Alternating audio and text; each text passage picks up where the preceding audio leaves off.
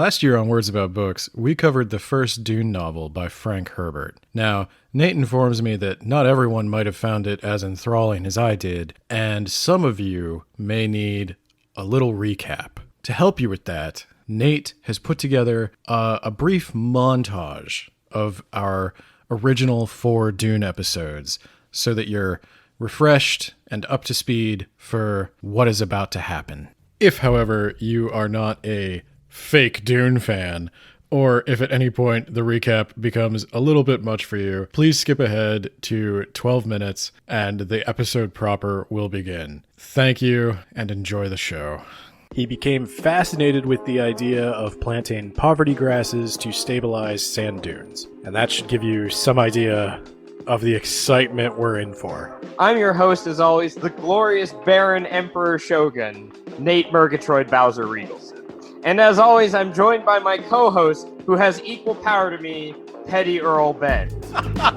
And part 3 is actually still being written.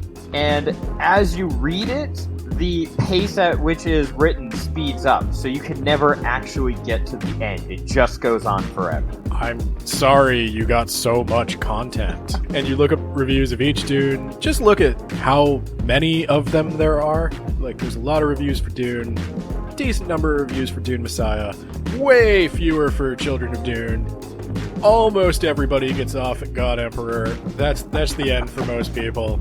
And then it's just me and like 5 other guys. And in many ways, this entire podcast has been a trap to get people to talk to me about Dune. Is this eugenics? Followed immediately by, this is fucking eugenics. It's kind of eugenics, yeah. Basically, there are 2 key technologies in Dune that have made hand-to-hand combat the preferred method of fighting. Paul, his mom, and an old woman walk into a bar. They walk into a Gomja bar.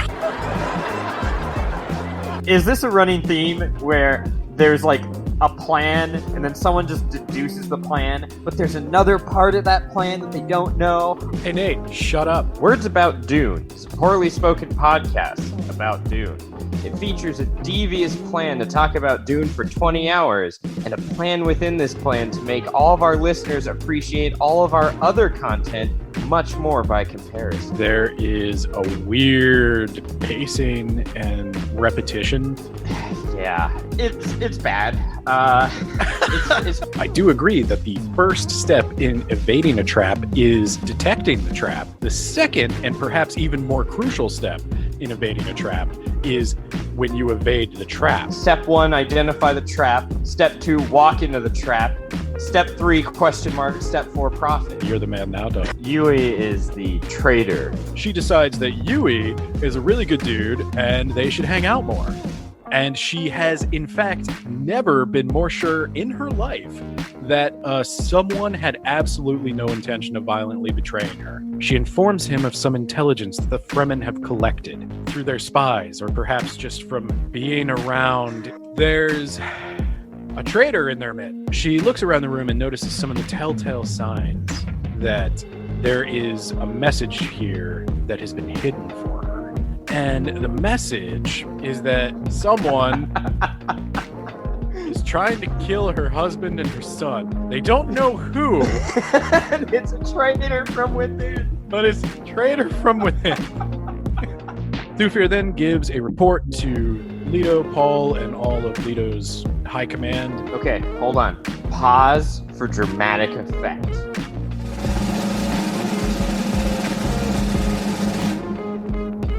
I didn't want to say it in council, sir, but we found evidence that there may be a traitor in our midst. Oh my god!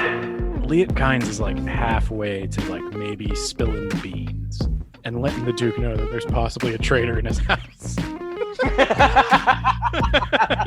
God damn it, man, you're going to be eaten by a worm. Fuck the spice. Do you want to tell us how Duke Leto lives forever? Duke Leto is out of his quarters late at night. He's like, I'm gonna go to the fridge and get a sandwich. What? Is that the shout out mate? She's dead too. Oh, there's a dart in my neck? Oh my god! Baron 1, Atreides 0. It's over. All this build-up and all the major action happens off screen. And it's such a weird mental tangent for him to go down. that never is mentioned again and has no bearing on the story. I'm sensing a theme here with part 1 of this book. So, Baron Flabby comes in. I always picture him as naked for some reason, or wearing only a loincloth. Why? And it kills Peter, it kills the guard, and I went, wow. So, Baron is dead. No, he jiggles on out of the room. We need the Baron around because he's a big, fat, jiggling, oiled-up monster. I don't know. Is he oiled up? He's oiled up now.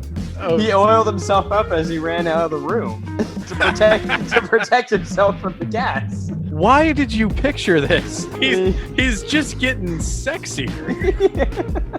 It stars amazing characters such as the Shout-Out Mapes, Dr. Wellington Yue, Lingar Butte, the water magnate, Uman Kudo, the guard captain, Duke Leto Atreides, Tuik the smuggler, Susu the guild banker, and Peter DeVries. Oh no, actually, all those people are dead. You keep insisting in our personal correspondence that it gets good, you just have to go like 800 plus pages into the series. Immediately then, Jessica uses the voice to force them to knife fight each other to the death. Hold on. He kicks him in the aorta and seemingly like blows his heart up. That the one we hate above all others has died with him. Ha! Wrong again, idiot! All the Atreides forces will be wiped out, and that the Emperor and the Harkonnens will ensure that the Spacing Guild will not aid the Atreides in escaping. So now I would like to spend the next 3 hours talking about walking through the desert.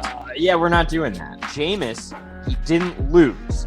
He merely failed to win. The sun was in his eyes. He didn't eat a good breakfast. He was tired at the time. Shoelaces were tied together. And he just got over a serious breakup. So that's why Paul easily defeated him. It won't happen again ever. You know, it'd be great if a giant worm just ate all of Congress. Paul, he's used to fighting opponents who have shields, so he goes really slow because he needs to pass a blade through the shield and only slow strikes can get through.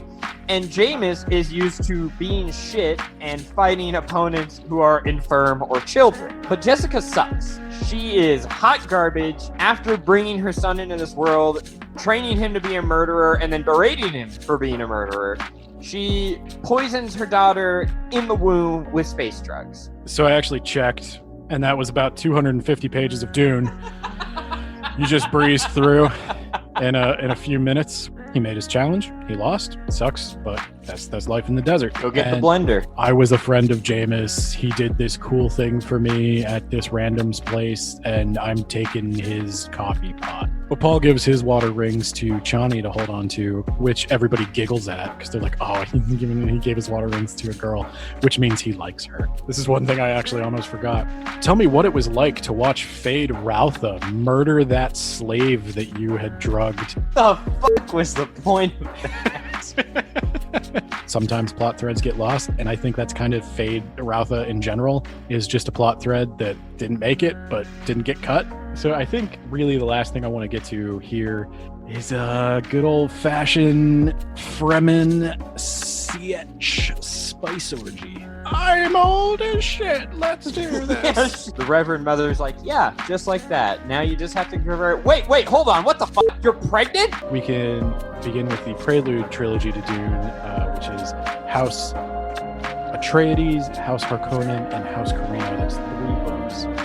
Each better than the first, as I understand it. And I think there has also been like a Hall of Dune book.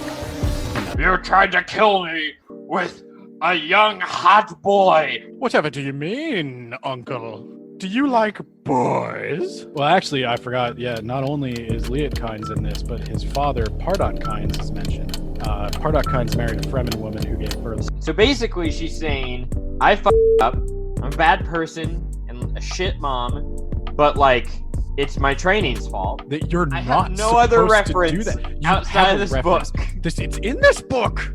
You're ignoring the text, sir. You're so angry. I thought, this was a book club. I thought we all read the book, but I guess some of us didn't read the book. Some of us hit a brick wall at about page 600 and they just had to get to the end. You son of a bitch. I'm beginning to suspect, Baron, that, maybe you're trying to fuck me. Oh, mate, you're much too old for me. I don't know. I'm starting to break down now. Got him. He's like, come here! And she stabs him. And she's like, I just gommed aboard you, motherfucker. She calls him grandfather. He's like, grandfather, what do you... Oh, God, I'm dying! And he stops jiggling, and he falls out of his chair. And I guess he just, melts through the floor. He just turns into acid and dissipates. Why do you have such a hard time just imagining a fat guy? He nukes the shield wall, they start invading Arakeen, and then Paul wins. I must do this. I must do this myself. It is the long-awaited duel of destiny. Who are you again? Fade's plan is to cheat, and he's got these poison needles in his hips, and he's gonna belly dance his way into Paul. I wish you could see me gyrating towards my mic right now. Now, here's the problem with Fade, okay? Paul has not been pre-drugged beforehand. Count Fenring, go get him! Fuck Count Fenring. You're going to jail. We're gonna have a lot more kids. One of them's gonna be named after that first one, who we're gonna pretend doesn't exist. Do you think Paul does see his parents fucking in his ancestral memory? I guarantee he can, yes. God. He could see it from both points of view. He could experience it from both. I love Dune.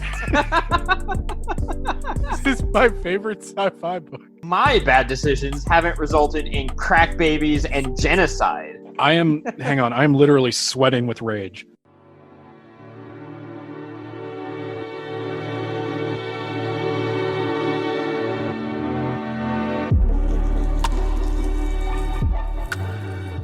Words About Dune is a poorly spoken podcast. I'm Nate, and it's that time of year again where I must awaken the petty Shah Emperor Ben with a little song from my hero. Oh no. Gurney Halleck. Oh sweet Lord, no. We toil all day, the Harkonnen way. Hour after hour, we long for a shower. Just working and working and working. I think that's enough to awaken Ben. Ben, are you there? Oh no, I'm coming out of my spice haze. What? That was the greatest song I've ever heard. I know, right? It was even better that there's no indication on notes or rhythm or anything like that. You got to freeform it. It's great. Hey, that one at least kind of rhymed.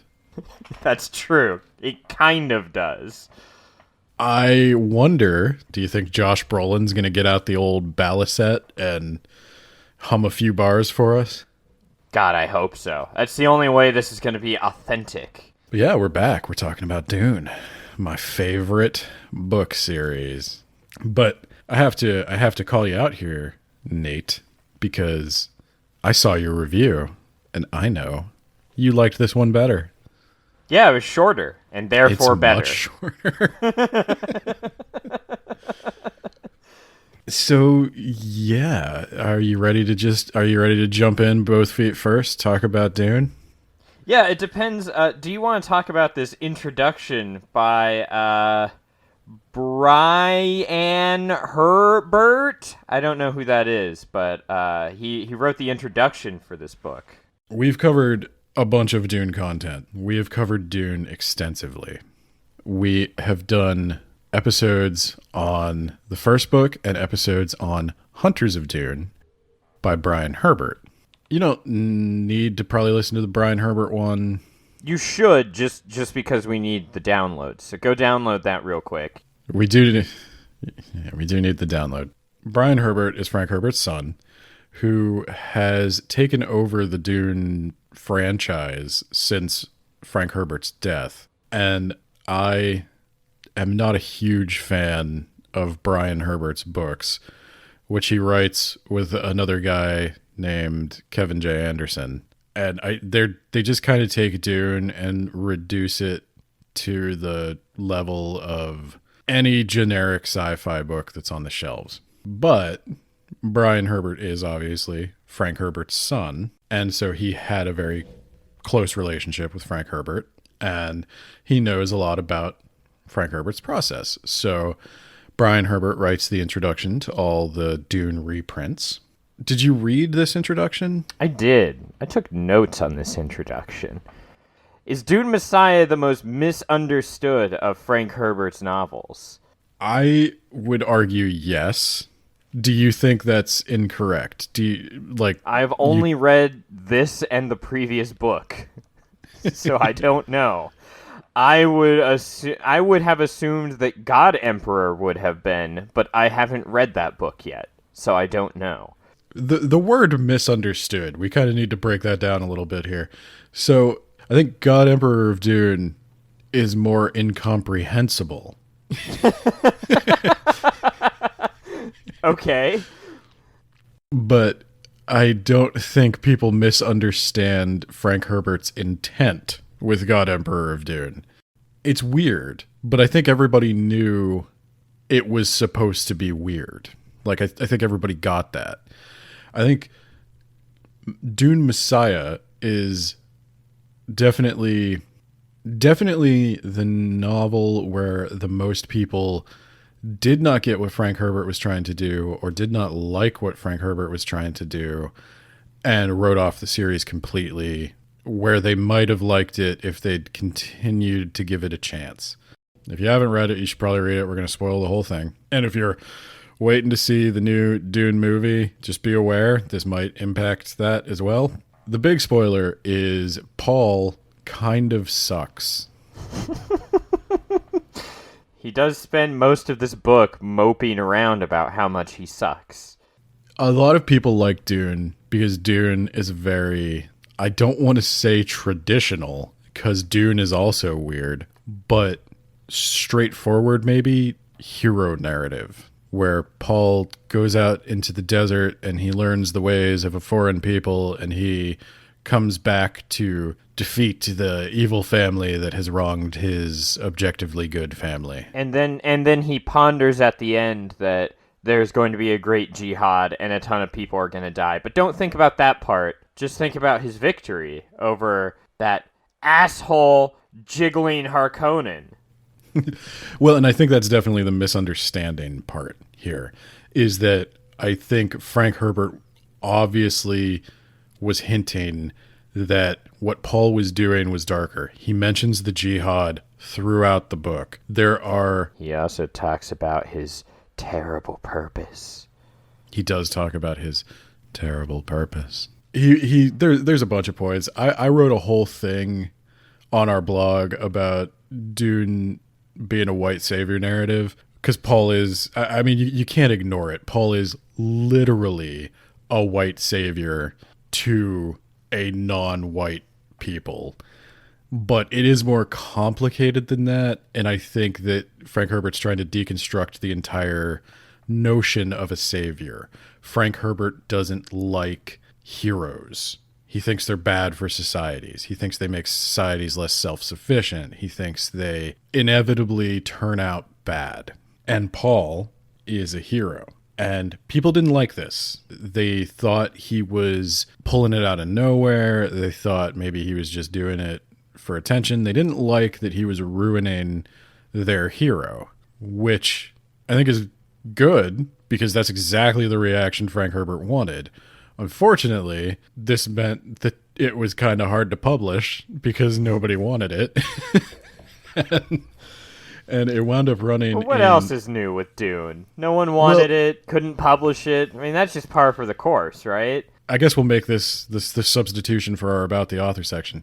That's one of the things I think is different from Brian Herbert to Frank Herbert. Brian writes these almost hyper accessible, quote unquote, cinematic books that are, they just make it so generic. And Frank Herbert was weird, and he's rough around the edges, and I'll admit he's hard to read. I'm putting that as a quote On this It's one, it's I'll not. admit he's hard to read. It's not the same thing you get everywhere else. Like that's a big part of the draw for me. Is it's so weird. I like unique original things, and people don't like it. And I like that Frank Herbert doesn't care. I mean, I'm sure he was frustrated in the moment, but he never compromised on it. He's like, no, this is the story I'm writing. This is the lesson I'm teaching, and I'll just find somebody who's going to publish it. And he did. He found Galaxy Magazine, and they published it in installments, which was similar with Dune. I think Dune was published in Analog, and I think Analog rejected Dune Messiah. So I do want to continue. There's one point in the introduction. For the most part, I think Brian Herbert's introduction is fine. I think it's good. I think Brian Herbert is a good Frank Herbert biographer. I just don't like his fiction that much. One thing I do disagree with a little bit is he says something like, people didn't realize it was a bridge book to, assuming Children of Dune. Like, if people had realized that Dune Messiah was going to be the middle book in a trilogy, they would have given it the benefit of the doubt, read Children of Dune, and liked it, supposedly. I've seen how Star Wars fans react to everything, so I know that it doesn't matter if they know there's another book or movie coming out. There's two problems I have with that. One, Frank Herbert easily could have told people that was what was happening. He could have called it like Dune 2 of 3. He obviously didn't care to make that clear because I don't think I'm sure he had thoughts for the third one, but I don't know if he knew he was going to write it, because I don't think he was going to write it if it wasn't going to get published. I could be wrong. Obviously, Brian Herbert would know better than me. Maybe it was intended to be a trilogy from the beginning. I doubt that. I'm pretty sure that it was intended to be a trilogy from the beginning because there were notes in his attic at the time. I'm not the famous attic story. But the second reason I disagree with this statement that people just didn't get it and that it would all be made better if they read Children of Dune is Children of Dune doesn't make it better. Like, that's the thing. Like, the whole theme of, like, Paul sucks and heroes are bad and the Atreides aren't what you think they are. Like, I don't think Leto 2 makes that any better. So, another thing in the intro that I really wanted to bring up. Here's where I highlighted. Killed off two of their favorite characters in Dune, the loyal Atreides swordmaster Duncan Idaho and the idealistic planetologist Liet Kynes. Are those really, like, favorite Dune characters, Ben? Because I can't believe that. At least based off of just the first book. I know Duncan Idaho shows up a whole bunch, but, like, really? No, I can say I only like Duncan Idaho in retrospect. He didn't do anything in the first book. He doesn't come off as, like, a cool guy who all the ladies want and all the guys want to be like, and he comes off as, like, a drunk jackass. Frank Herbert is not interested in your plebeian heroes, Nate. Frank Herbert is a policy man.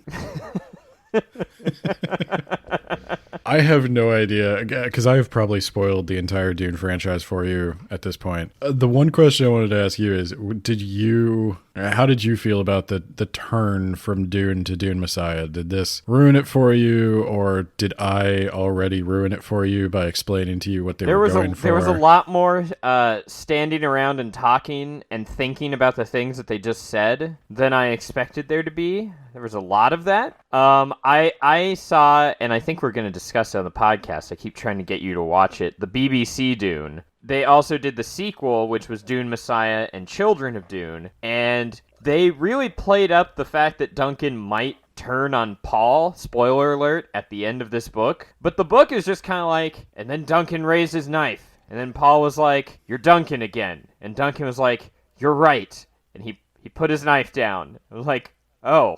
I thought that was going to be a lot more dramatic than it was, but man, that was easy. Like, look, man, I'm gonna tell you, I'm gonna put you in your place right now, okay? So I'm also going to take this opportunity to give a message to all the people who are whining about decisions in the new movie. Because they just said, like, the new movie's supposed to be split into 2 parts. And in part 2, they're going to have Chani sort of be the protagonist. Oh my god, how could they? Well, here's the thing, is, like, that's fine. Because why not? What are you going to do? Just be inside Paul's head the whole time? Yes. I want voiceovers telling me what Paul is thinking and feeling. Like, cinematically speaking, you kind of need somebody to watch Paul become less and less human, because you're not going to be able to relate to Paul anymore after he does the spice agony. You know what we also need? We need there to just be a time skip, and then there needs to be a voiceover that was like, and then Alia was born. Yeah, that was fucking terrible. But my point is, for the very reason they have to do that's why I like Dune, because Dune is a book, and it acts like a book, and it uses its medium. Like, Frank Herbert doesn't really care about the action. I've said that in the first episode. Yes, I say it all that now. happens off screen. He doesn't like writing action. He doesn't give a shit about action. He likes his ideas. These books are a vehicle to communicate his political thoughts and philosophies. And it's fine. It's fine to me. I mean, I understand why people don't like it, because he's not a great writer. I'm putting that on the quote as well. He's not a great writer. It's hard to read. I said that in the first episode. He's an interesting guy with interesting ideas. That's what I'm here for. The writing is clumsy. Like, there's people named Gurney, Halleck, and Duncan, Idaho. I'm not going to pretend that's not dumb. I know. I'm not an idiot. But no, like, I know he's not a great writer, but I think the mistake is to try to make his writing more cinematic. And to try to make his writing more normal, I guess, for lack of a better word. Well, that's where you're wrong, Ben, because it's more profitable to be cinematic. Checkmate. It probably is. We should move on. Let's dive into this summary, Ben. I understand you're going to take the reins here, so I'm going to sit back with my iced coffee. Let's start with the fact that he talks about the deep prana bindu, and my note was not this shit again. Dude, that's what I'm here for. Bite me. So Paul won after the last Dune. He's reigned for 12 years. Everything is great. He got a palace and a rocking guitar. There you go, Ben. Let's go. Yeah, so Paul has been in charge for 12 years, and billions of people are dead. After he took over the Empire, the Fremen went out and started conquering and forcibly converting every planet in the Empire. He has wiped out religions, peoples. He's forced everybody to confirm, and he is now worshipped as a god. It's unclear exactly what the nature of the religion that's surrounding Paul is, but Paul seems to be a god. Alia is also godlike. She kind of has her own devotees. She reminds me a little bit of the Virgin Mary in Catholicism, where she's not technically the god, but people pray to her. People see her face on their toast in the morning. Someone probably does. But first we get a recap chapter, 2 recap chapters, actually. Okay, oh god, so this is my first question. Did you read them? I skipped over that first one. The Q&A? Excerpts from the Death Cell interview with Bronzo of Ix. Yeah, no, I was like, this looks like it probably wasn't in the original book, I assume. I'm pretty sure it was. Yeah, it probably was. I'm pretty sure it was, because that chapter sort of introduces you to the notion that Muad'Dib has these torture cells and he's quashing dissent, and this guy who's being interviewed is not saying anything that is necessarily wrong. He's essentially just recapping the events of Dune and pointing out that Paul is not, in fact, a god, and he's going to be executed for that. It's actually an introduction to the tone of the book, and you're a poor bookman for not reading it. I can live with that. Yeah, so we get the chapter that introduces the plot. Yeah, after 2 chapters, I mean, that's better. That's better than the entire first part of the first book, where it was just like, all right, we're gonna get to it yet. Now he's cut it down to just 2 chapters. So we've got a conspiracy of powerful individuals in the universe who are plotting to take out Muad'Dib.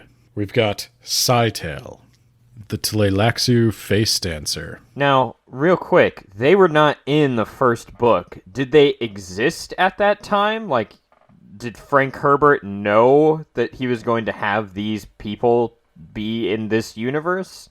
Well, it's tough to say because I do think from some of the first book, it sounds like he was sort of setting up the Spacing Guild to be the antithesis to the Bene Gesserit, where the Spacing Guild was like rigidly concerned with mathematics and hard science, and the Bene Gesserit were kind of masters of psychology and the softer sciences. Well, I don't know what the Tleilax's things are other than... So the Tleilax for the rest of the series are kind of going to be the exact opposite of the Bene Gesserit. So, or they're kind of like an evil twin to the Bene Gesserit.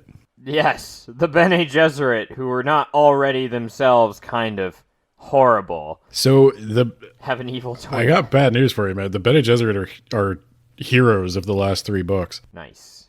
So the Bene Gesserit, they have a breeding program. So Frank Herbert kind of positions, we'll talk about the eugenics, I guess. Frank Herbert kind of positions it as an inevitability that humans are going to have to transform themselves to continue to evolve and progress. And the reason for this is, if you don't know, there's no computers in Dune. There's no thinking machines. They have been banned. That's like the big rule. You do not make a machine in the image of a human mind. Various people come close and like skirt this, but for the most part, Dune deals with humanity trained and bred to its absolute peak performance. So where do the Bene Tleilaxu come in? Tleilax. They come in as the Bene Gesserit have this psychological, almost psychic understanding of humanity where they arrange pairings. I don't think they force anybody into mating. They do trick people. They trick people, for sure. And so it's, obviously not great morally, but they think that the romantic pairing, that the act of human lovemaking is important to the psychic process. The Tleilax are just straight up genetic engineers. And it's worth mentioning that the Bene Gesserit are all female. The Tleilax are all male for the most part. I guess it's questionable if the face dancers are gendered in any way because they're just kind of plastic. They can be whatever they want to be. I don't know what I guess their root form is just kind of androgynous. I guess the main thing with the Bene Tleilax is no females. Kind of weird. What happened to the females? Don't think about it. Yeah, they just genetically engineer everything. So they are like the literal worst and everybody hates them. But they have products that everybody wants to buy. You need a replacement eyeball? Tleilax got you covered. You need a sex slave? Tleilax got you covered. Okay. You need soldiers? Tleilax got you covered. They could clone up some soldiers. Like, they can basically make people, they can make any human being, any human part to order. They can psychologically condition it to do whatever you want it to do. So then, why does the Emperor in the first book not just, like, go to the Tleilax and go, I need, like, 1 million Sardaukar, clone those up, we're gonna go take back Arrakis with just overwhelming force? Because they'd be like, give me all of your Choam stock. And the Emperor would be like, okay, I don't even know what those are anyway, so I'll just give them to you. There's a couple reasons. One, I don't think they have a way to fast grow clones. That's the first part. What? They have to age normally. Oh my god. In the later books, they do fast grow some, but that causes a lot of problems. It screws with the metabolism and such. They're not very long lived if you do that. Well, we don't need soldiers that are long lived. We just need to unleash like 1 million of these guys dump them on the planet, say, go to work, and then, like, we'll come back in a year or whatever when they're all dead from organ failure. The other problem is, at this point, they can replicate the bodies, but they can't restore the memories. Like, they can't just clone the mind at this point. They would have to retrain the Sardaukar, which would still take time. Also, probably just nobody wants to owe the Tleilax a favor, and nobody wants to hand the Tleilax an army. That's fair. They do kind of come off as untrustworthy. So what I hinted at with the Tleilax here is Scytale is a face dancer. A face dancer is called a face dancer because they can transform into anything. They're Morph from the X-Men. Morph? Yeah.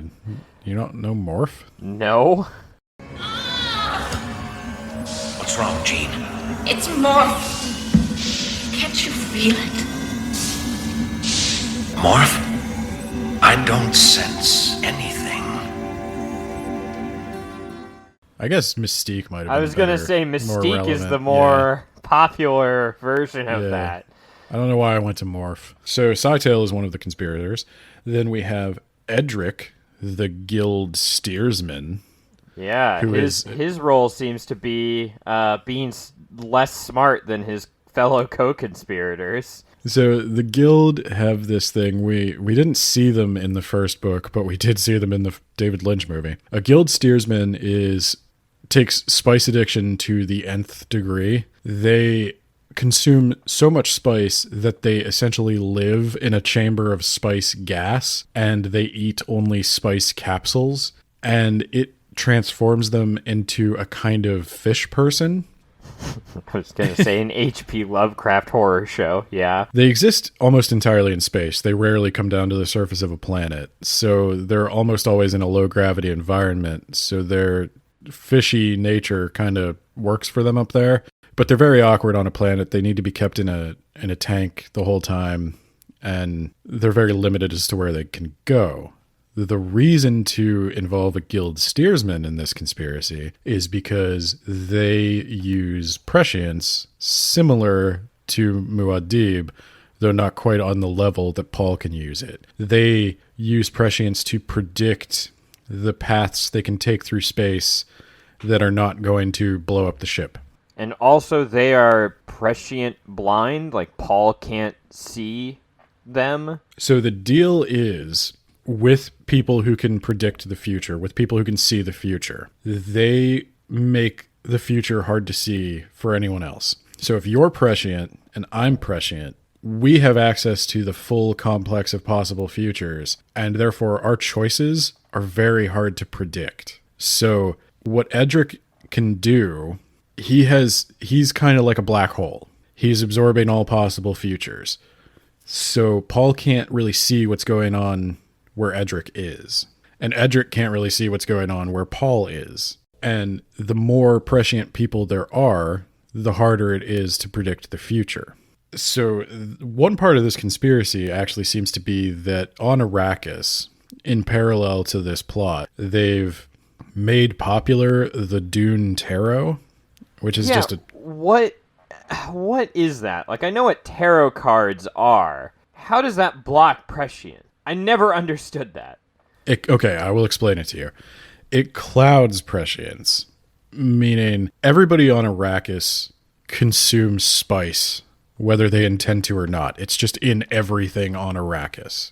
So any human being on Arrakis that had any kind of prescient potential is going to be activated by the spice they consume. And if you have them actively try to predict the future, they're going to have little moments of prescience, which are going to make it harder to predict what's going on Arrakis. So they've unleashed this Dune Tarot to create an army of mini oracles. Yes, because Paul kept going like, oh, that damn tarot. I'm like, okay, I don't understand how that's blocking your prescience, but okay. Alia explains it in one sentence, and then it is never addressed again how it works. Okay, I'm glad that it wasn't like I missed something humongous in there. Why had the tarot sprung to prominence at this particular time and place? Was it to muddy time? Spice addiction always conveyed some sensitivity to prediction. Fremen were notoriously fey. Was it an accident that so many of them dabbled in portents and omens here and now? She decided to seek an answer at the first opportunity. The opportunity never comes, and we never come back to that. So, Okay. that's all you're gonna get. The first time I read this, I had no idea what the Dune Tarot was. I thought maybe Frank was just trying to sell some merch. He missed a golden opportunity not printing the Dune Tarot. Did he? So there's two of our conspirators. We got Scytale, we got Edric. The next two conspirators are two of our old favorites, two of the most beloved characters for me. Gaius Helen Mohiam, MVP. Put some like out. basketball intro music under that. It's your girl, Gaius Helen Mohiam, here with her Gom Jabbar to fuck shit up. And then everybody else's favorite character, the living embodiment of a wet blanket, Princess Arulin. You know, I actually forgot. I was like, crap, who was the fourth person? Oh, that's right. By the end of this book, you will feel bad for Arulin. You will just be like, man, I wish they'd just leave Arulin alone. Despite her best efforts, she doesn't actually hurt anyone. And she just gets beaten up all the time, emotionally. And maybe physically, I don't remember. I don't remember if Chani ever gets unleashed. No, she threatens to kill her, and then, like, she just doesn't. Yeah, like, Paul holds her back. He's like, Chani, it's not worth it, like, literally. So these conspirators have come together for one purpose. The downfall of Muad'Dib. He's screwing up all their plans. They used to be the most powerful people in the universe. And now, because Paul controls the spice, he controls everything. And they need to find some way to kill him. But how do you kill a man who can predict the future? Kind of. She would wonder about his sex habits, thinking how odd it would be to mate with such a one. My note says, what? Yeah, Frank Herbert's not immune from that. She's talking about the fish guy. I know. I know. Yeah, Scytale. Well, no, that's not even Arulin talking. That's Scytale wondering about what Arulin's wondering about the fish man. Yes. I don't think my first inclination would be like, I wonder it'd be like to fuck one of these things. I'm not going to say it wouldn't occur to me. Like, because he is wearing like a little jumpsuit, right? I guess. I pictured him as naked at first. Why? It specifically says he's wearing a jumpsuit. I just figured, before they specifically said that he's just hanging out nude inside of his tank. Why? Why not? Why is he's a fish man. Come on. Every gross body in this franchise, of which there are many, you picture nude, and you're sitting there from your fucking pedestal, passing judgment on what Scytale's thinking. Yeah, actually. Hey, if I lived in a tank of spice, I would just have it all hanging out. So yeah, these four people are together to do what, Ben? How are they going to bring down the Muad'Dib, who can see everything, supposedly, but not really, and be in many places? So they discuss their plan. I'm going to be real with you. The first time I read this book, I read this chapter, and I was like, oh boy, I'm going to have to read this book again to understand what's going on here. So I've read the book again. I still don't fully understand the plan. So these are my notes. I'll just read you my notes verbatim. So this is a little weird to me, and something that I don't fully understand to this day. The Bene Tleilax also bred a Kwisatz Haderach, and it also went badly. So when they ask how the Tleilax overcame their Kwisatz Haderach, I know somebody's laughing right now at all these words I'm saying, and you're wrong. Okay, I'm a bookman. This is a book. These are literature. So when they ask Scytale, okay, how did you guys deal with your rogue Kwisatz Haderach? He responds cryptically. A creature who spends his life creating one particular representation of his selfdom will die rather than become the antithesis of that representation. I do not understand, Edric ventured. He killed himself, the Reverend Mother growled. Yeah, and we talked about this, and I thought maybe he was referring to Duncan, Idaho, his Gola, whatever. Yeah, so this is their plan. So Duncan, Idaho died defending the Atreides, right? Right, he died very pathetically. Yeah, and the Sardaukar took his body and gave it to the Bene Thalax, or they gave it to the Spacing Guild, who gave it to the Bene Thalax. Or the Spacing Guild stole it. I think they stole it. So the Bene Thalax have this process of creating a Gola, and this process is going to change as time goes on, I think. So what they did the first time to create this first Duncan, Idaho Gola, there will be many throughout the series, is they took his dead body and basically resurrected it via cloning. They sort of just filled in the broken pieces, essentially creating a new being that looks like Duncan Idaho, thinks like Duncan Idaho, but doesn't have Duncan Idaho's memories or personality. And they tweaked him a little bit. They conditioned him to be a Zensuni Mentat. I will get back to that.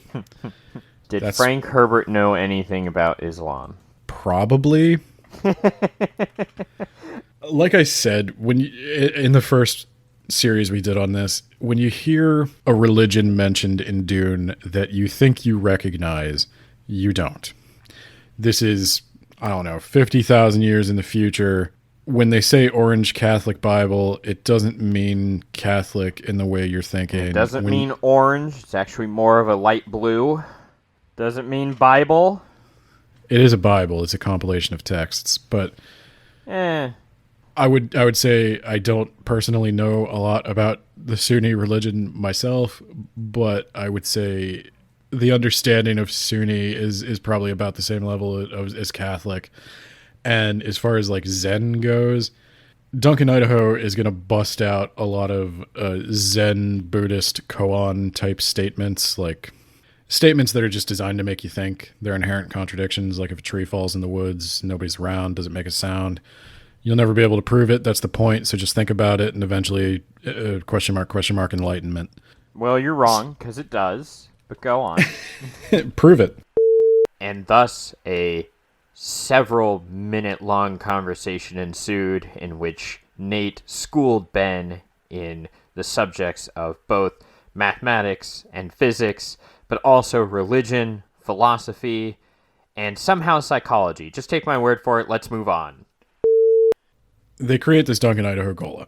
The Gola, I'm going to spoil this, is conditioned to kill Paul when it hears a certain word. I think they spoil it pretty early on. They're like, "Yep, he's a traitorous Gola who's named Hate." Yeah, he's named Hate. That was cute. Well, so Hate, as I did look this up because I was like, that's got to be something. Because it can't just sound. It's Duncan Idaho's. It's what he called himself as a teenager when he was being an edgelord. It's like, I don't want to be called Duncan anymore, Mom. Call me Hate. They've prepared this Gola to kill Paul. When Scytale drops this cryptic, a creature who has one image of himself will kill himself before he becomes the opposite of that image. You mentioned that you think the creature he's talking about is Duncan Idaho. And possibly. I thought the creature he was talking about was Paul. And I think that's the way Scytale wants everybody to take that message, that he's talking about Paul. That the Kwisatz Haderach, once he created an image of himself, will kill himself rather than become the antithesis of that image. But you, I think, are right. Did I out Dune Ben? I think you out-Duned me because... Oh my god. Duncan Idaho does wind up having this crisis of being faced with doing a thing that makes him the antithesis of everything he ever thought of himself, and it changes everything. And I think...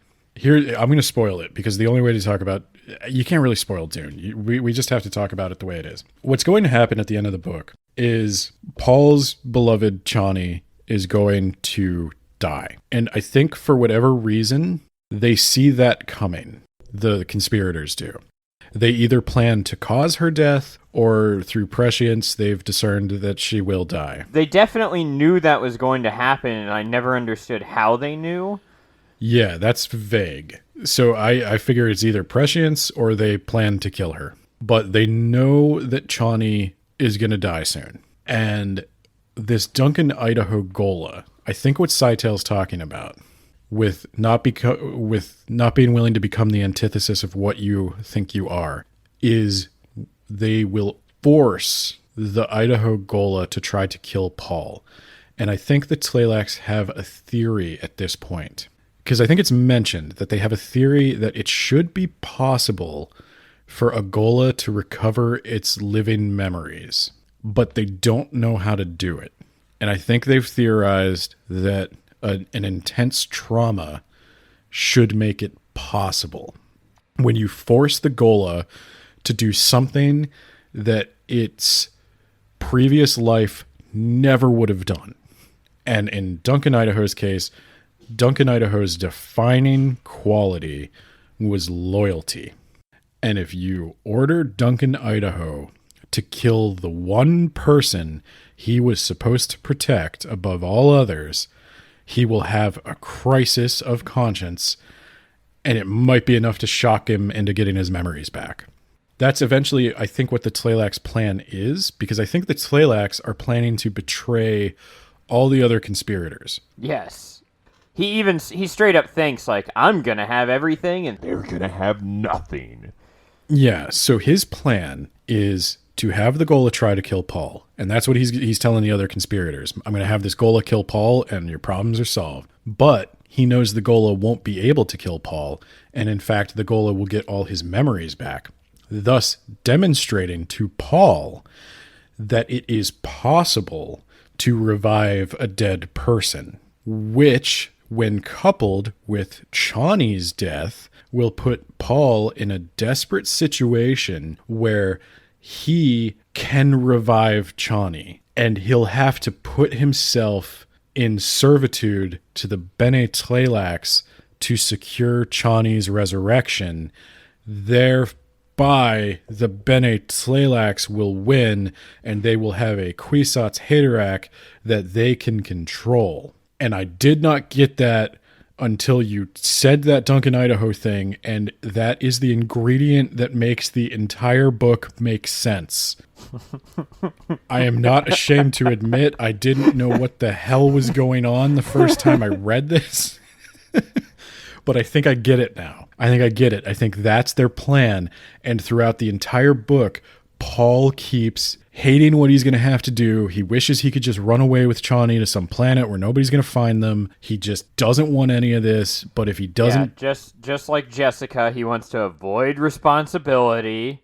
Right. He doesn't want to do what it takes to save humanity. That's his terrible purpose. For whatever reason, this jihad now that is killing billions of people is better than what happens if he doesn't do it. But he keeps resisting and resisting and resisting what he has to do until like the bitter end. And so I think what Frank Herbert was trying to do with all this, Paul moping around, regretting what he has to do, is he's setting up the possibility of Saitael succeeding, because Paul is indeed desperate. This is the one bit of his humanity he won't give up to become what he needs to become to save humanity. He won't give up Chani. And I think that is the whole book.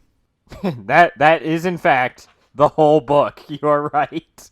I have to give it to you. You entirely outduned me without even trying. That's the thing that puts this whole book together. Maybe that's what Brian Herbert was talking about. It was misunderstood because no one knew what the hell Saitael was talking about. He managed to bamboozle us all. Like when Bijaz is like, "Oh my god, it worked." I was like, "You didn't know that was going to happen." So I wanted to cover another like B plot in this book, which is Paul doesn't have an heir. Chani is not able to get pregnant. They don't mention whether they've tested Paul's fertility or not. But He's a god, Ben. You don't test the fertility of a god. Obviously, that man is virile as fuck. But yeah, Chani is upset that she is not able to give Paul an heir. Gonna be real with you, Ben. I got pregnant reading this book, just thinking about Paul. And Paul doesn't. She's also kind of upset that Paul doesn't seem very concerned about this, because emperors need an heir. It kind of cements their rule. Otherwise, you could just kill them and take over. But if there's an heir, then there would be more debate about that. Questionable how well that works. Yeah, exactly. Considering empires. But Chani is desperately trying to have a child. I think she just wants a child as well. Yeah, and she's like, you know what? You can fuck a Rulin. Like, you could put the baby in her. Like, it's because I'm barren. And also a Rulin is like, I want to bear the child. Yeah, Rulin is thirsty. She's got baby fever. What Chani doesn't know, but like literally everybody else knows, is that Rulin is secretly dosing Chani's food with a contraceptive. Who would have thought? Yeah. I thought it was pretty obvious, but...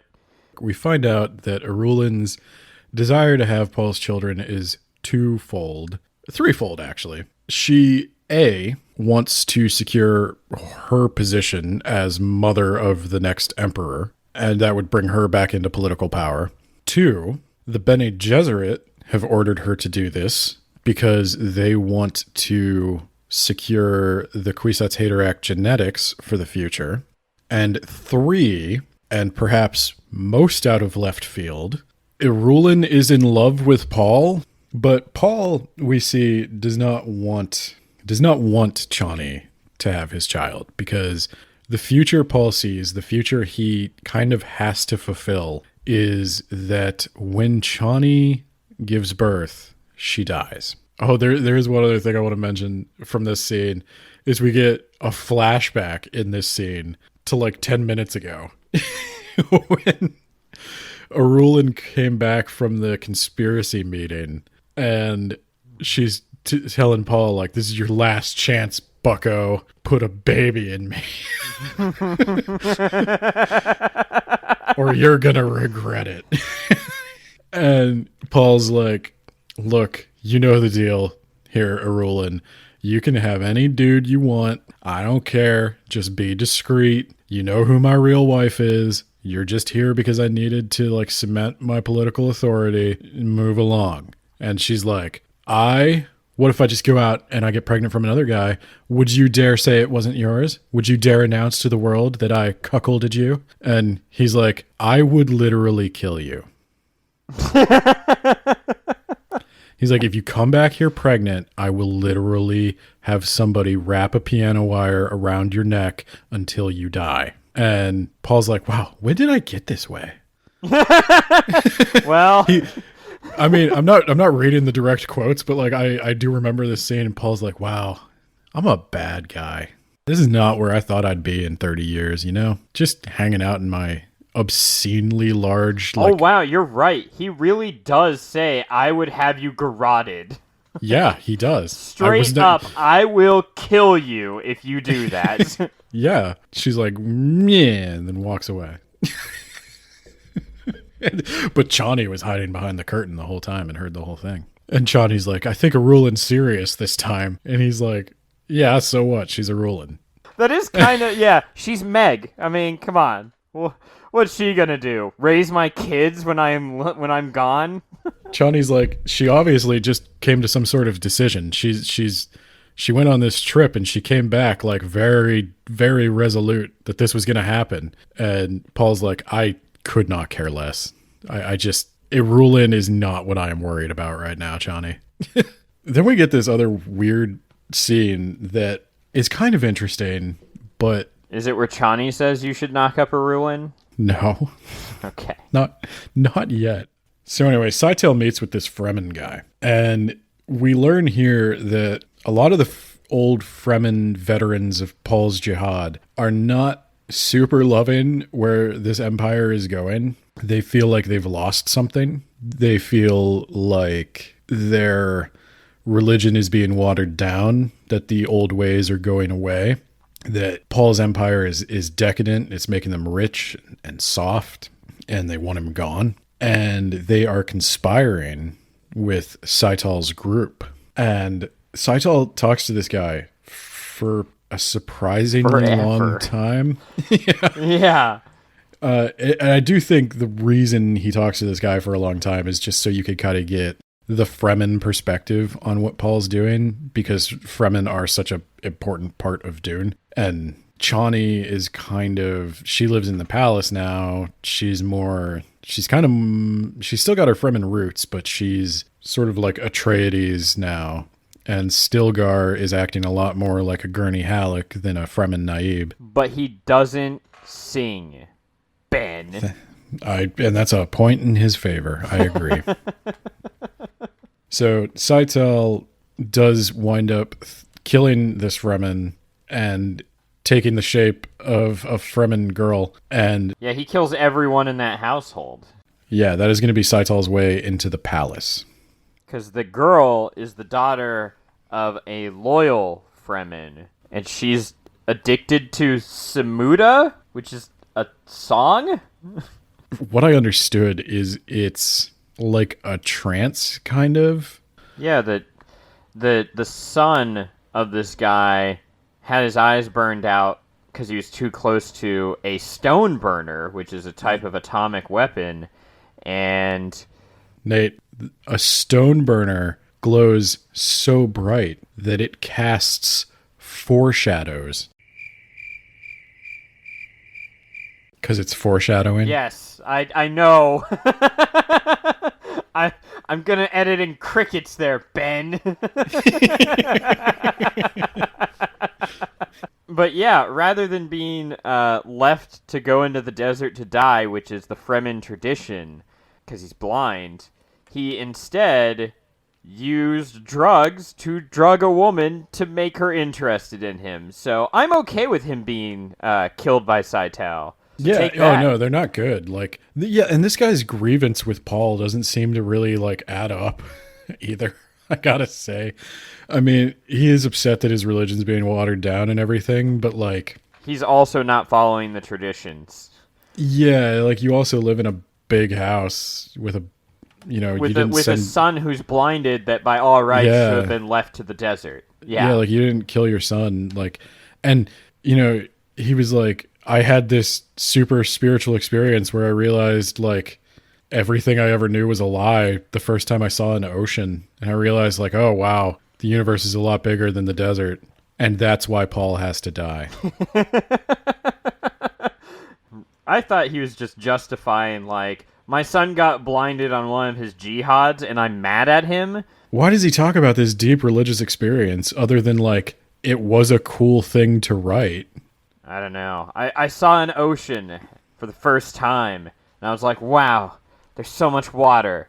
And then I came back to Dune. Maybe you shouldn't have. Maybe you shouldn't have. Dune kind of sounds like it sucks. I've been to a desert, and there is kind of a cool thing about being in the desert where you're just you're pretty alone out there. That's fun. And until the inevitable panic sets in that oh God, I'm so alone out here. There's nothing. If I didn't have a car to get back in and drive to somewhere with water, I would die. This car is the only thing keeping me alive. Without this car, I will die. So right after Scytale kills this Fremen, it's juxtaposed pretty well, actually, with Paul holding court. And one of the things Paul is supposed to do, outside his palace, there is a mass of worshippers gathered. They are there to see Paul give the morning prayer. So instead of giving the prayer, Paul just tells one of his subordinates to put on a hood and go talk, because they're on the 42nd floor and nobody's going to know if it's Paul or not. And the guy's like, oh, okay.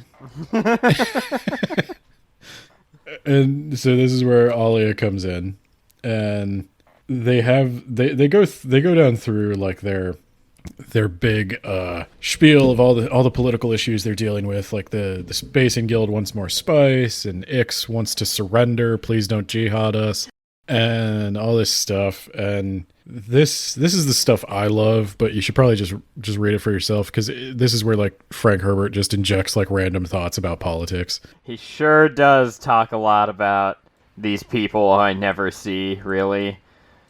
I was more talking about like Paul's random tangent about the nature of constitutions. Yeah, no constitution. That's the gist. Yeah, no constitutions. I like to imagine you're the guy taking meeting minutes at this. You look up and you realize you haven't been paying attention for 40 minutes. Arulin's all paranoid, and there's like some guy they need to find or something, and somebody asks Paul, like, Paul, why don't you just use your space powers to find the guy? And Paul and Alia roll their eyes and they're like, Stilgar, that's not how space powers work. That's the Saturday morning cartoon creeping in. and so they kind of explain the limitations of prescience. This is where they go over the way that an oracle can hide from another oracle, and that the Dune tarot can kind of cloud things. And Arulin perks right up at that. Now, why does he tell Arulin the extent of his power? Why is he like, of course I haven't seen the steersman? And she's like, ah, yes, that means she can't see the conspiracy. And then Paul like yells at her to get him a coffee or something. I don't. So you know what, Ben? Yeah. Real quick, because this is what happens when you don't give me a note roadmap. You were not joking when Paul took Jameis's coffee pot, because that came up in this book. Obviously, I wasn't joking. I think the reason Paul explains all the limitations to Arulin is because Paul already sees himself as being locked into this particular kind of future, and he does have a case of fatalism. Yeah, having seen the future, he knows that Arulin plays no great role in it. And just doesn't care. So the one thing that the book like just gives away right up front is that the historians imply that Paul died of prescience. Not true. He dies of being stabbed to death. On the stairs of his own temple, like Julius Caesar. The other thing that Alia helps Paul out with this explanation, and we kind of see that. So Alia is 15 now, and I expect that oh number. Oh my God, she was 15. I expect that number will increase in the movie. Well, yeah. First of all, I'm sure that will increase in the movie. I thought she was younger, but the way she was behaving, just angry and irritable all the time, she stops just short of telling Paul that you don't understand me. God, throwing her hair to one side, smoking a joint. Well, they kind of establish in this conversation that Alia and Paul are kind of the only people that understand each other. Nobody really knows what's going on in either of their heads except them.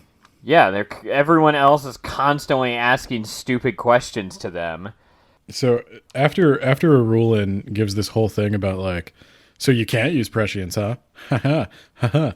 Score one for Arulin. Put that one on the scoreboard.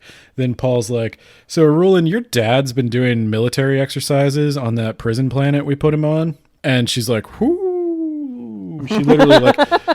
They literally describe her as finding something very interesting in her fingernails to look at. And she's like, "Oh, he's just doing that for the fun of it, you know." She literally tries to say like they're just a toy. Yeah, like it's just a toy to keep him happy. Like just let him do the military exercises. He's like, he's doing planetary landing exercises, right? For even though he's never going to leave that planet again. And Arulin says something like, "Oh, come on! Just what harm can he do? What can he do?" And Alia goes, he could get himself killed. Oh! She's not wrong. Yeah, it's just like they just took one off the scoreboard for Rulin. And then this is where they bring up maybe letting Rulin have Paul's babies in council, which must have been super awkward for everybody who was not married to Paul. I want to call to order this meeting. All right. First on the agenda, Paul, maybe you want to fuck your wife? Paul, you're not satisfying me sexually. I just thought the council should know that. I think it's important to the Empire. What are we going to do about that? Do you have any strategies? Maybe some toys or some other people we can bring into the bedroom. I'm open to suggestions, Paul. What if I let Channy get you started and then I come in? Stilgar just starts looking down at his shoes. Oh yeah, Stilgar's just got his fingers in his ear. He's like, I practically raised these two. Chani's his niece, isn't she? Chani's related to him. Paul's holding court, as you do. They're talking about his sex life, as you do. And then it's time for the guild steersman who just arrived with a gift for Paul to come in. Oh my god. And it's none other than Edric, the fishman we all know. And he brought the Gola with him. And Paul just straight up asks the Duncan, Idaho Gola, like, hey, what's their intention in giving you to me? And he goes, they intend for me to destroy you. And yeah, I think that their plan was like, he's going to be clouded, like he's going to be conflicted on what to do with this Duncan, Idaho Gola. And also, he's going to be really attractive to Alia. Yeah, that is the thing. Alia's watching from some, like, spy corner. Yeah, Alia finds herself deeply attracted to Duncan, Idaho. Now, the question I have is, so I want to discuss the differences between Golas real quick in the different books. So, like, in future books, okay, they will grow the Golas from a couple cells. Like, they're essentially just clones. Right. But in this book, it seems like this is Duncan, Idaho's dead body reanimated. I thought it was just like a pound of flesh. They grew it from that. Maybe they did. Because I imagine, like, the Sardaukar just annihilated his body and was like, well, grab, like, the chunk of meat that's left. Like, the biggest chunk of Idaho meat. Get it in the freezer.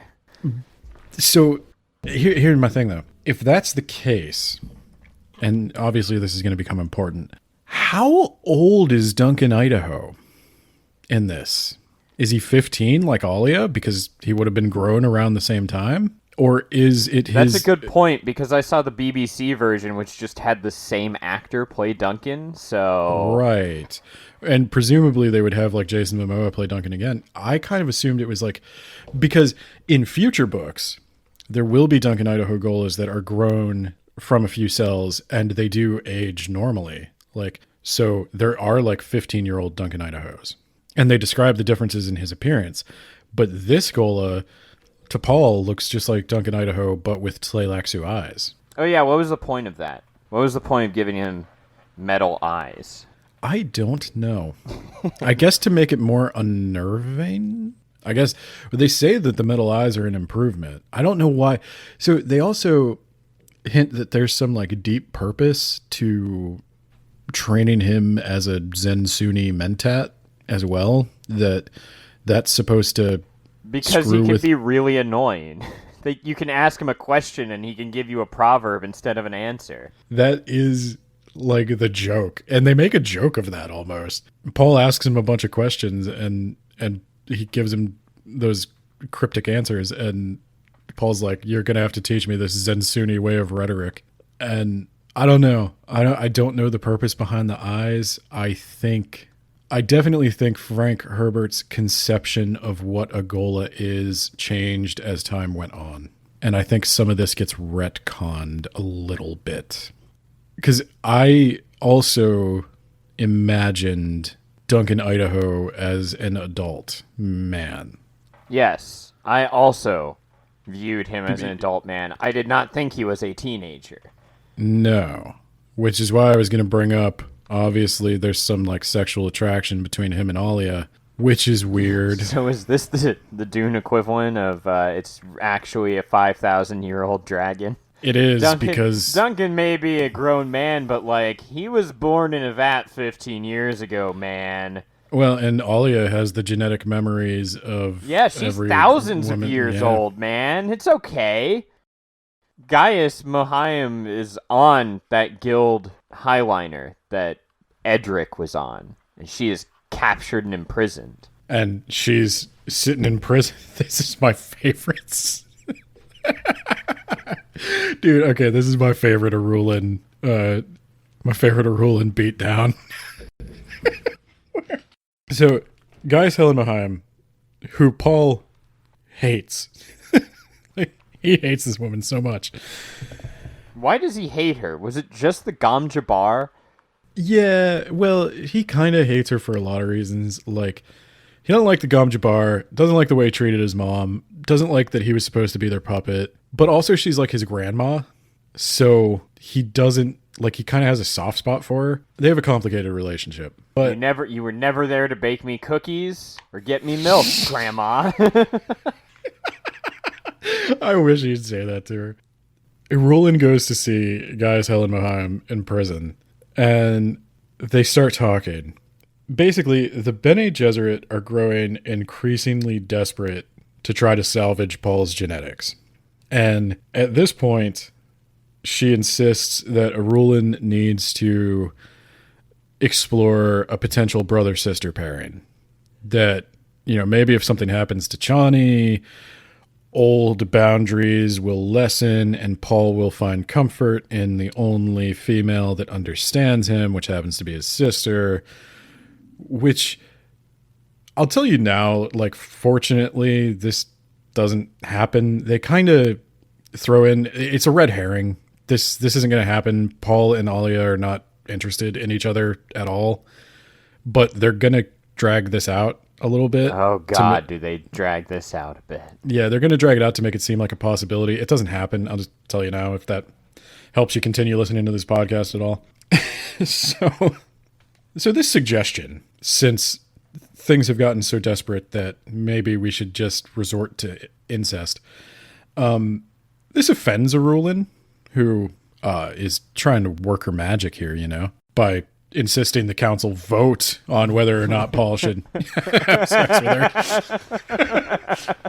That's how my wife and I work our magic. We get a council together, and we decide based on that. Like, look, everybody agrees I'm hot, right? Okay, like, I'm desirable, okay? Poor Arulin. I'm hot, I'm rich, I'm a princess. Like, Come on. come on. Who wouldn't want a piece of this ass? Am I right, guys? Come on. Yeah, I got people beating down the door, Paul, okay? Paul's just like, you can have him as long as there's no kid, and then I'll choke you with a piano wire. Arulin's like, no, I gotta be allowed to have my chance. I can make this work. And Mohiam's like, okay, Arulin, you had your chance. It's not gonna happen. You blew it, Meg. I mean, Arulin. You let me down. You let the team down. And actually, all the Bene Gesserit were laughing at you. We're laughing at you behind your back. She does do that. She's just really mean about it. And she's doing this all in, like, hand signs. Yeah, oh yeah, they're doing it all in coded language because there's a guard watching. But, like, I'm sure if the guard could understand them, he'd have just left from, like, the sheer awkwardness. Gaius Helen Mohiam says, like, no, you're busted. You're a waste. We need you to kill Chani, and we're gonna see if we can make this brother-sister thing happen. And Arulin's like, no, because if I kill Chani, everybody's like, I'm the first suspect. We hate each other. Everybody's gonna know I did it, and then they're gonna kill me. And Gaius Helen Mohiam pulls the old Thomas. Sucks to be you. I'm kind of okay with that. Arulin's like, well, you know what? I can't poison Chani because she's trying this new Fremen diet anyway, and I can't even get her the contraceptives anymore. And Gaius Helen Mohiam's like, what the hell did you just say to me? Chani's not on the contraceptives anymore? So after this, Mohayim just kind of, tells Rulin she's ugly and stupid and fat and No one actually wants you. I'm gonna make a motion in the council that we all vote that you're ugly. yeah, and she's like, when you were a kid and you made that finger painting for me, I threw it away. It was hideous. After that, Rulin leaves and is just like, you know what? I don't think I like the Bene Gesserit anymore. Rulin's like, I don't even want to be in your club anymore. Poor Rulin. Yeah, poor Rulin. Then we get our first true Alia chapter, where Alia has all these worshippers coming to her for predictions, and she thinks they're stupid and she hates them, and she wishes she didn't have to do this dumb religious shtick anymore. And after she's done talking to these peasant idiots, she goes and takes a bath in her hot tub, which she had installed, not giving one F about the water crisis on Arrakis. And then Nate, I know I didn't provide notes for you for this, but I think this scene requires a level of tact and grace to be described properly. So could you please give me your summary of Alia's big naked sword fight? So yeah, she's wondering about the tarot. She's doing this big stupid religious ceremony, and she's like, "My flesh desires a mate." she's what? What the fuck are you talking about? So she's like, you know what would be a good idea? You're just Let's making work off shit the up. sexual energy by fighting a robot, but it's not a robot? Oh god. Really? Come on. She probably should have just, but instead she's like, she You're doesn't bleeping understand. a lot of this. She's just like, I'm gonna work off this sexual energy with violence instead, as Freud commands. Out she goes to fight some sort of training not robot with blades and stuff, and the real blades, and they'll kill you, which sounds like a really bad training robot, but whatever. Every time you hit it, it becomes faster and smarter, and then Paul walks in the room when she's got up to 11 lights or whatever, and he's like, she's got kind of a femaleness to her. She's kind of developing into a woman. I'm gonna just stare at her for a moment, and then I'm gonna leave. And then Stilgar is like, "This one must have a mate," as you do when you talk to someone's brother while their God. sister is naked fighting in the middle of the room. You're like, How'd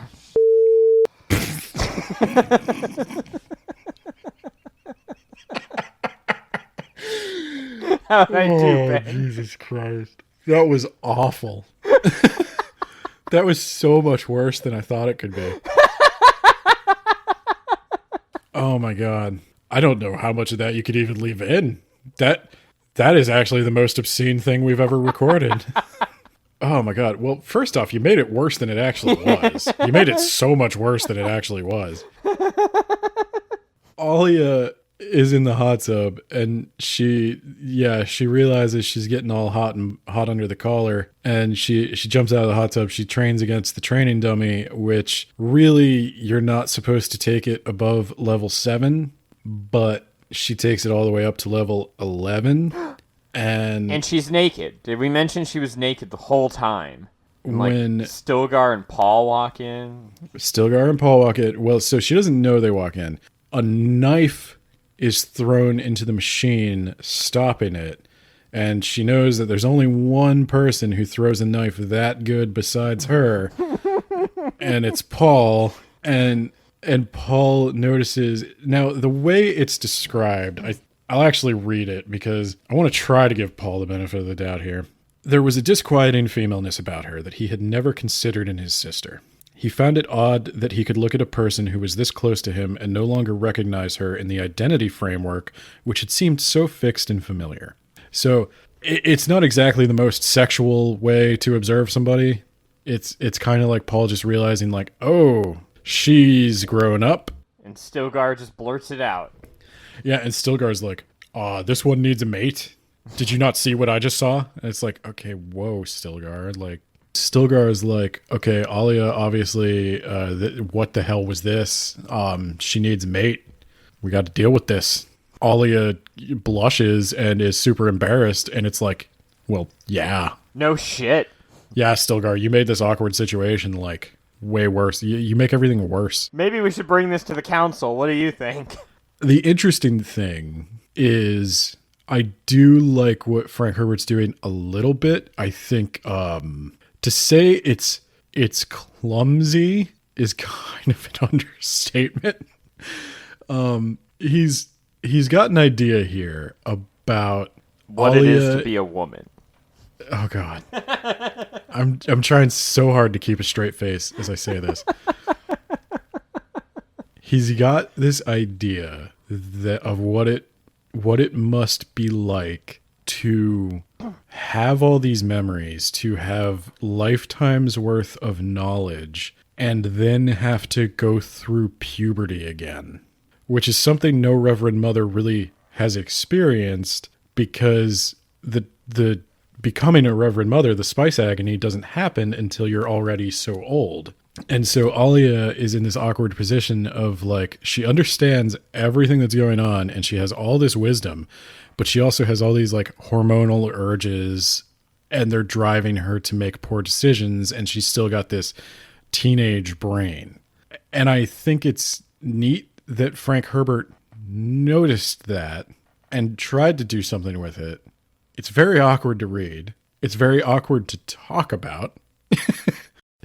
Here's the thing that I like what he's doing. I like that he's talking to Alia, about how disorienting this whole process of like what they call abomination or pre-birth is for Alia.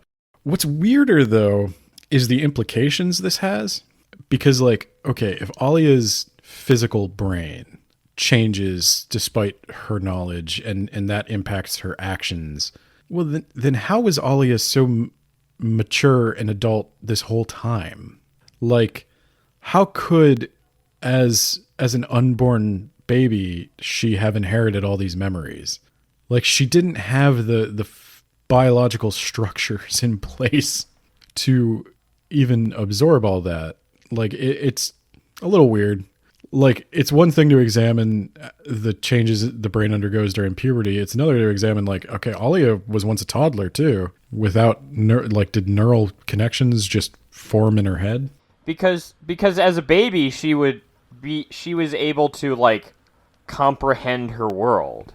So what do you think? Is this a good addition to the book? Did you think? This is what I always wonder, because this is one of those things, like, books get weird. Books get weirder than most other media, as I am learning as we do this podcast. And so I recommend this book to tons of people. How weird did you think it was? And how did they handle this in the BBC show? She had clothes on. She was fighting like bladed drones. So she was doing like a weird dance almost. It was still kind of strange. Yeah. I guess I didn't find this weird or something that stood out because like I knew it was coming. Okay. It didn't catch me by surprise the way it probably would have otherwise. The thing that makes it especially weird, I don't think the scene by itself is that weird. It's especially weird after being juxtaposed with the guys Helen Mohayem suggesting they hook up scene. That is true. But again, like, the Bene Gesserit are just not great people in general. So next week we're going to talk more about Dune, and then next month we're going to do Ben's horror bullshit. It's all Ben all the time. Are we reading Something Wicked This Way Comes? Or yeah, we'll read it. Okay, yeah, we're going to read that, and we're also on. going to read Uzumaki, which I think is a Naruto spinoff, so that'll be interesting. Yeah, it's Uzumaki by Junji Ito. It's a Naruto spinoff. Yeah, I have no idea how that's horror related, but, you know, it'll be a fun time. And Ben, do you want to buy us a coffee and Twitter? Check us out on Twitter at WABpod. I always say, for additional show notes and commentary, check us out at blog.wordsaboutbooks.ninja. But like, I haven't posted show notes there in a long time. It's just kind of my random musings. So check out my random musings at blog.wordsaboutbooks.ninja. If you feel like we deserve something extra and you'd like to contribute financially to the show, you can buy us a coffee at buymeacoffee.com/WABpod. If you like the show, but you're just not ready to part with that cash, totally understand. Give us a share on social media. Anything helps. Tell one friend about the show, and then if that friend tells one friend about the show, then eventually the entire world will listen to my show. That's how that works. And I'm going to end with this by just saying that I passed another certification exam. So I'm not saying that makes me better than you, Ben, but it would be nice if you would get on my level. So, bye, everyone.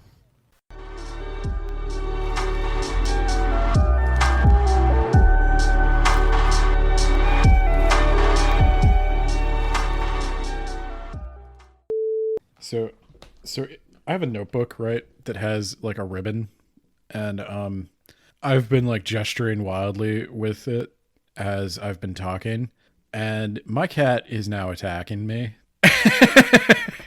Like the ribbon landed on my leg. Oh god! Ow!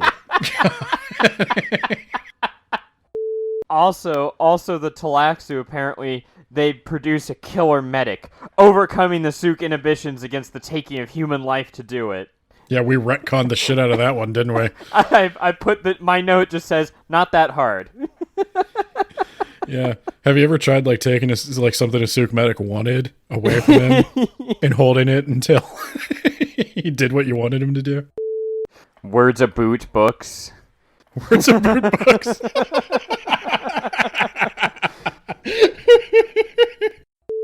A creature who spends his life creating one particular representation of his selfdom will die rather than become the antithesis. A creature who spends his life creating oh, me, dude. Yeah, I'll do the what was it? The cinnamon challenge. Do the cinnamon challenge. Do the cinnamon agony. That's what we need to call it.